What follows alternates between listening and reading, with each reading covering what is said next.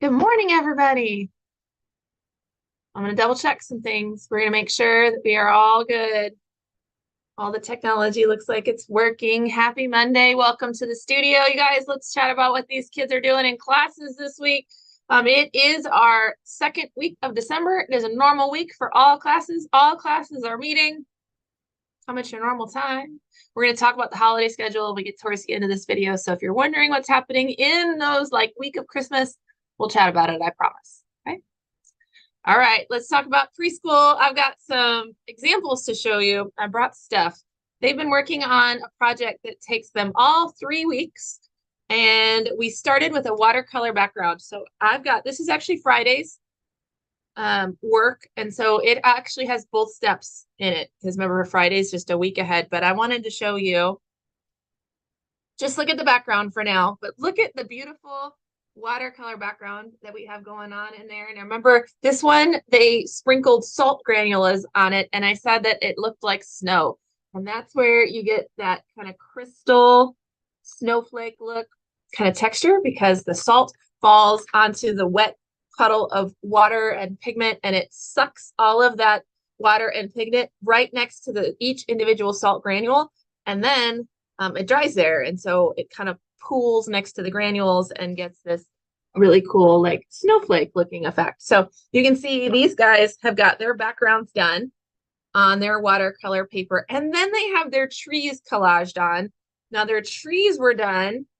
This is the second step of the project, is they used a bleeding tissue. It's a watercolor effect as well. And the tissue paper squares, it's a special kind of tissue that when they just peel right off. But when you collage them onto the paper, they leave behind the pigment. So my green screen is kind of doing some funny things, but you can see when I pull it off, it leaves the mark in there. So our kids did this step on week 1. And in week 2, for those of you who are in a Monday, a Tuesday, or Thursday class, this is what you're going to be doing. You're going to be taking all of your collaged tissue papers and cutting them into these tree shapes to add to our landscape. So Monday people, Tuesday people, Thursday people, you guys are going to be doing that step where you actually collage your trees, cut them out of your tissue paper squares, and collage them onto that watercolor background. And you can see we decorated ours with some fun gemstones. So a little bit of cutting action, scissor practice, some really wonderful fine motor skills with the scissors, and then also with the gemstones, and like hand strengthening with the glue bottles. Lots of good stuff. My Friday people, you will finish these. These are Friday's classes. You will finish your project this week with a magical layer of snow paint. So we'll get out our shaving cream and our school glue and our glitter and mix up some puffy paint that looks like white snow, and we'll add that to our picture. Okay. So like I said, Friday's just a week ahead. Monday, Tuesday, Thursday people, you guys are reading Mistletoe for your story. Friday people, you're reading The Snowy Day. Also, my week 3 people, so Friday, you guys are doing the ornament making. So we've got those giant fillable ornaments and the smorgasbord of ornament supplies. So don't miss that class, because that's one of our favorites. Okay. And my Monday, Tuesday, Thursday people, you'll do that next week, and we'll talk about it. Moving along to multimedia classes. So last week in multimedia class, every single class did the same thing, whether you were K1 or 2nd, 3rd, or you were 4th, 5th, or you were middle school, high school, you did the same thing. And that was just getting to know watercolor paints. You can see in the picture here, they've got a grid going, and we are just like each square was kind of a challenge. And so they painted just a wash, they practiced loading the brush, they practiced lifting off, they practiced dropping in, they practiced wet on wet, we practiced glazing. So that's painting a translucent layer over a dry layer. So lots of wonderful things happening in our watercolor classes just to get to know the media.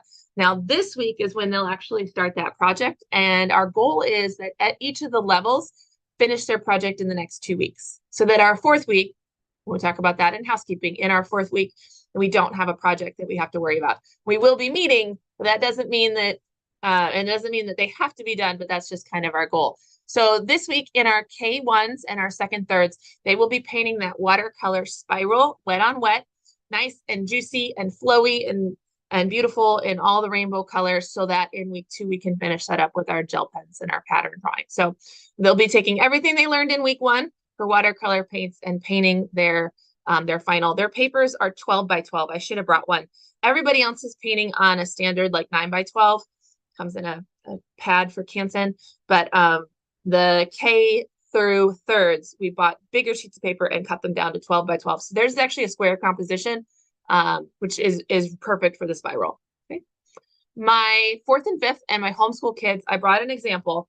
Now remember, they did the same like practice gridding paper, but I did bring an example of their ornaments because I think I had pictures last week, but I wasn't sure if it made sense. So you can see, if you look behind the glitter, you can see all the great watercolors that happen on this picture, right? So the orby like shapes, we're trying not to call them circles because it's really hard to paint a perfect circle. So circular-ish shape could be an oval, could be an orb shape, and they're stacked on top of each other. They're swirled. They've got more than one color of watercolor dropped into them. We're really leaning into what watercolors do well, which is gradients and bleeding and blending the colors of paint. So they will get their first step, which is getting the watercolors done this week.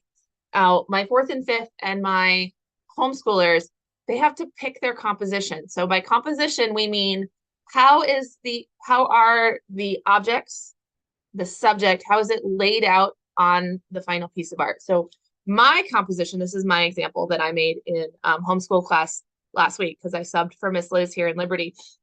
My composition choices, I chose to make 3 ornaments. I chose to have my paper go in a landscape orientation. I could have easily done it in a portrait. I could have done just 1. I could have done 2. Mine are pretty much in a row, but I didn't have to. I could have put one like higher or lower. They are also pretty much all in one plane. This one over here might be a little bit further back, or maybe it's just smaller. If I had overlapped them and put this one touching this one and like tucked in a little bit behind it, right? That would have been a different composition choice. And so your kids will have to pick their composition. This isn't like, okay, everybody paint an ornament in the middle, now paint an ornament next to it, and then a next to it, and that's it, and then we're done. They will choose their composition because that's an important part of being an artist is making those decisions. So these were the decisions I made, but that doesn't mean that that's what your kids will do. So they'll get the painting done and the composition choices done. And then in week 3, when we're trying to finish the projects, that's when all the fun stuff happens. That's when we're going to get out those gel pens and the glitter and do the finishing touches on their shiny bubbles. Okay. And I don't have an example for my big kids. I'm sorry. So my 6th, 7th, and 8th through 12 classes, again, they did this stuff last week. In the next week, they're going to be painting a wash or gradient background. Think sunset, although we don't necessarily have to use sunset colors. Again, these are decisions that we want our artists to be able to make. I don't want to tell you that it has to go from blue to purple to pink to orange to yellow and look just like a sunset. If you want to do blue to purple to green or blue to green to purple, if you want to do, dark blue to light blue, any kind of gradient that they want to do, that's what we're looking for, because then they will paint a silhouette on top of that. And that is especially working on the scale that they were working on, which is a 9 by 12 sheet of paper. It's harder than it seems like it should be to paint just a flat gradient. So we've got more than one sheet of paper, and they can try it more than once.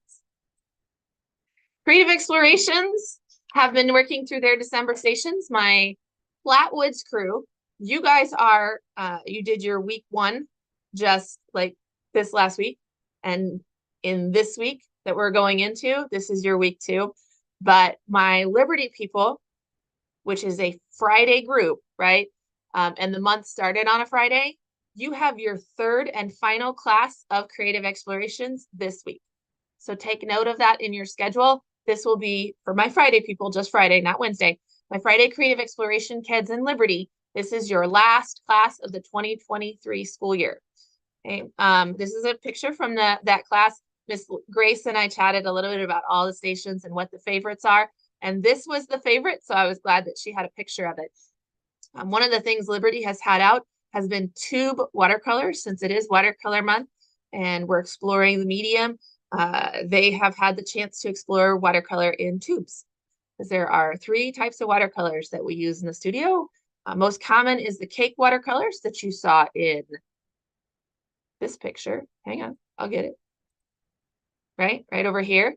Those are the trays. They're dry cakes that we apply water to and then hydrate with a little bit of friction. There's also liquid watercolors, which is what our K through 3rds are going to be using for their spirals. And then there are tube watercolors. So they've been playing with the watercolors in the tubes, and that has been the favorite station in our creative explorations. I know in Flatwoods, they said the most favorite station has been the collaborative project this month, and they've been working on vertical surface, and it's on a tree. So like an evergreen tree. All right, let's go through all of the drawing classes. This is when I have to get out my notes and my stack of journals. So I brought a whole bunch of fun stuff to show you. So drawing 101, this is my youngest class, the K through 2nd graders.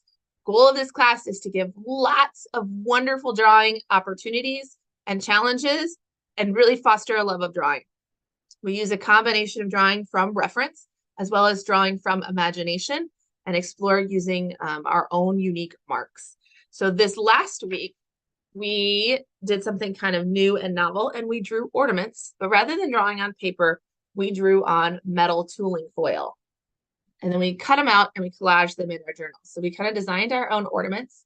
And the cool thing about the tooling foil is when you place it on, especially a surface with a little bit of give to it, like in this case, we used felt.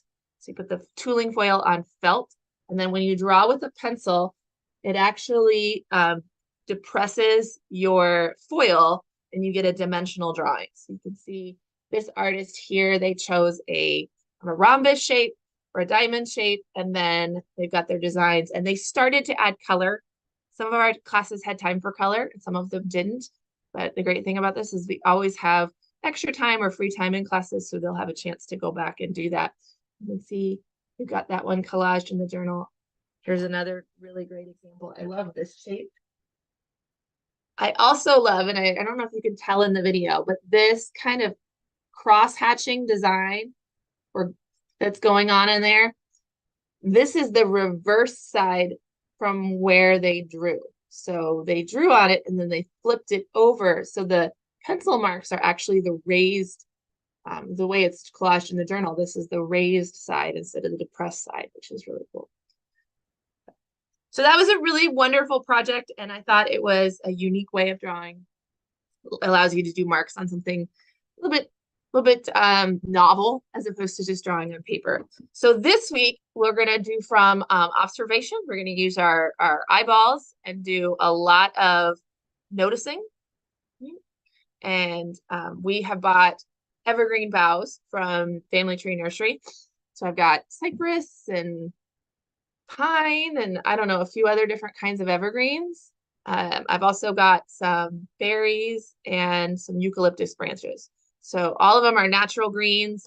I know the Liberty ones are currently living out on our patio and we're spritzing them every day. But we'll bring those in and then the kids will use those to make their drawings. We're going to use color pencils to draw those. And then let's see. I think that's it for 101s. Yes. Okay. 102. So we have 2 different types of 102 classes.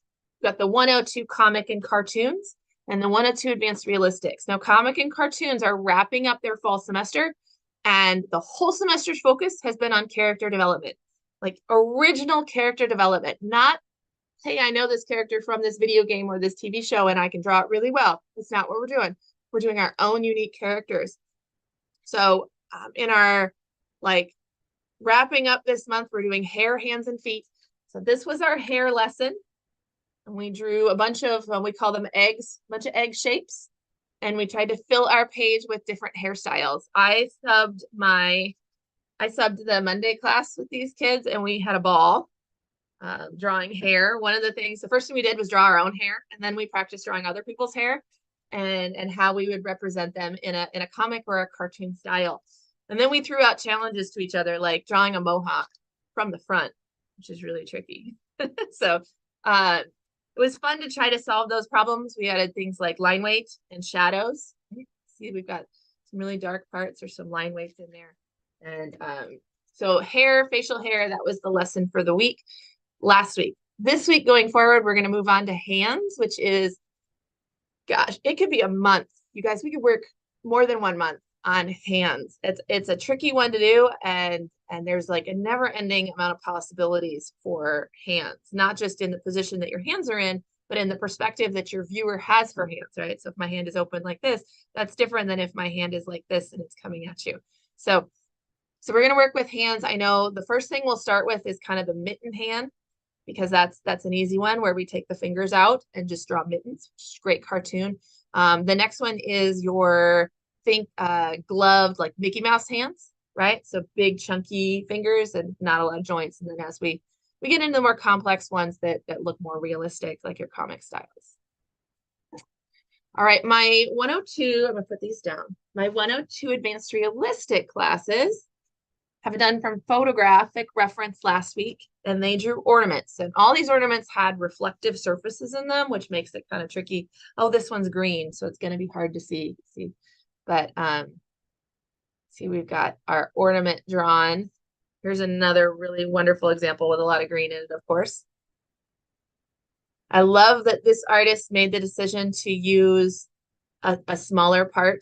She divided her paper and just drew on this half, because that allows her to focus more of her class time on details instead of trying to get it big and covered, right? It just takes longer to draw bigger. She's also got a really wonderful scale of colors here for her colored pencils as she's figuring out hues, right? And then this one just is a pencil drawing, but a beautiful representation of those ornaments. So again, it was from photographic reference. I just didn't bring any of the photos back in focus here, but those turned out really well. This week in the 102 class for advanced realistic, they're going to draw from observation. So we try in this class to draw from photographic reference, to draw from life, so something, an object that's right in front of us, observation, and then to draw from our imagination, so that we're exercising all of those muscles. In my opinion, I think the photographic reference is the easiest, but everybody has different strengths. So from life, we're going to do a ribbon still life. And that one's always really tricky because you've got this three-dimensional object. It's really two-dimensional, but because it's twisted and put into space, it becomes a three-dimensional kind of sculpture. It's also really easy that if I shift back and forth in my chair, my still life changes, right? Because my perspective changes. That's something that doesn't happen when we're working from photograph. So they will enjoy that one, I'm sure. It'll be a great time. I believe they're using graphite or charcoal with that. So no color. Don't worry about the hues, just worry about the values. And then also, of course, the form. Biggest thing is form. I'm going to update you on our 103 projects, and then I'm going to go through holiday schedules, and then we'll go through housekeeping, and I don't know why I'm still out of focus. But it's okay. It doesn't. Uh-oh, I lost my light. There it goes again. It's the day. All right. 103 is in just the second week of their projects, right? So in the first week, a lot of it's just sketching and brainstorming and wrapping their brain around what they're going to do. So I will show you some of their sketches, and we'll see them more fleshed out in next week's video. This month for our 103 Advanced Realistic, the challenge was to draw a stack of presents. So we're looking for something that follows the rules of perspective. We're also looking for something that puts the viewer's perspective at a worm's eye view. So we want not from above, but from dead on, kind of even or even looking up. So we've got some great sketches going on as they figure out their composition. Just like when we're talking about those ornament compositions for the 4th and 5th in the homeschools, we don't tell them, okay, everybody draw a box, turn your paper vertical and then draw a box at the bottom and another box, right? I mean, it's not a step-by-step drawing. We gave them the challenge This artist here has decided maybe, or at least they're working through a horizontal composition. And then this one here, I love how it fills the whole page. I've got one more to show you. So some of them are still sketching in their journals, and then some of them have moved on to like their sheet of paper. Because they work, this is the only class, the 103s, the only drawing class that works outside of the sketchbooks, and then they create a finished drawing and put a mat on it. So you see this one here is on the final sheet of paper. It's not fancy paper or anything. It's just a drawing paper. So, but they've already got it gridded out so they know where their mat is going to go. That way you don't end up too close to the edge. Right? Okay. They're going to finish those with oil pastels, which is, this is the first month that we've used oil pastels with this group. So I'm excited to see what they could do with it. Now, my comic and cartoons, their challenge was a 3-panel cartoon or comic that shows a passage of time, an interaction between characters, and uses no words. So it has to be silent. You can't have speech bubbles. And we've got some beautiful sketches going on as they figure out their paneling. For a lot of these artists, they already have their characters figured out, or they have a set of unique characters that they pull from, right? So these are not, when our 102s, and we talk about character creation and creating their own characters and not using known characters, these guys already have that.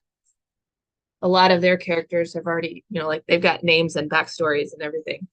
So a lot of great stuff happening in here. All of these guys, I started pulling things out of their cubby. It looks like everybody's still in the journals, but this coming week, I'm sure they'll get out their pieces of paper and start on their fine.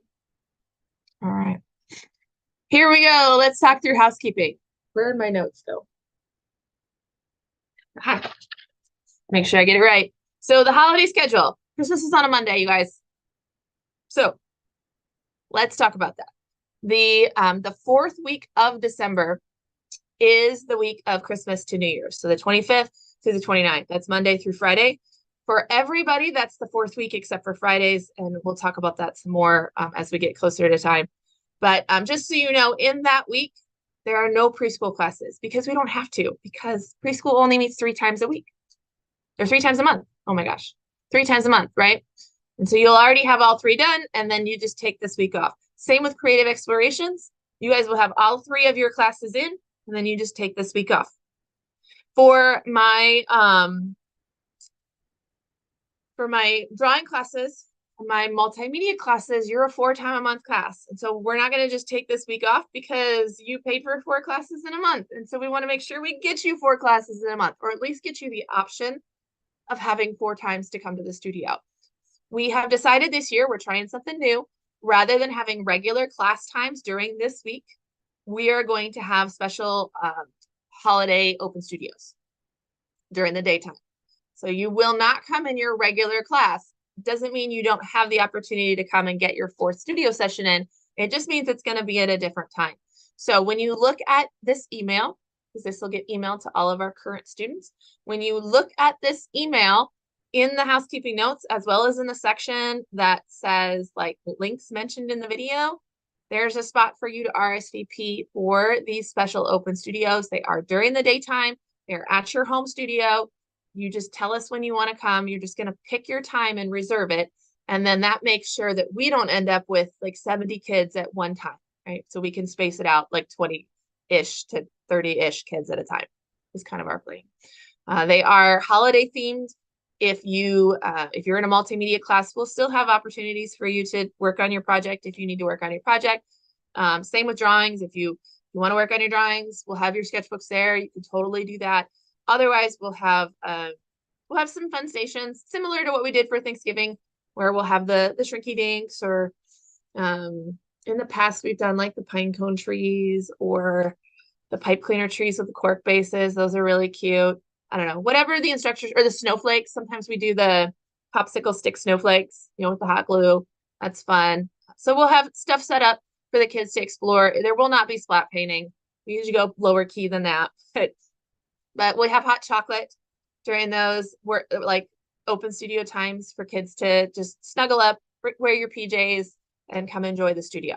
Okay, so drawing and multimedia students, that's what's happening over that 4th week of classes. Again, don't come during your regular class time. Sign up to come for an open studio time. Now, if you are traveling that week, this is what's really great about that, is because we don't have any like to-dos scheduled that week. If you are traveling that week and can't make class, there's nothing you need to make up. So if you're like, we're going to miss that class, I'll sign up for a makeup. You're going to get a message from me that's like, you don't need to make anything up. You're good. Because as long as you finish your drawing lesson in your multimedia project, there's no makeup that needs to happen for that. Okay. All right. Now, here we go.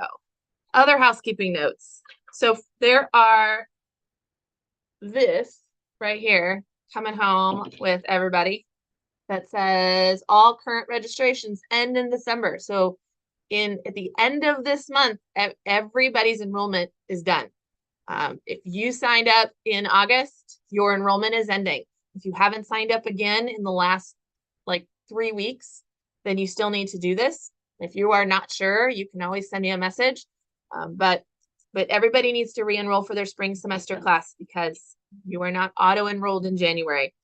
If you want to switch your class to something else, or if you think you want to switch or you want to talk about switching, reach out to me and I'll chat with you about that, like what class option would be the best. The schedule pretty much stays the same. We did add in Liberty, we added some more K through 3rd classes because they were getting so big.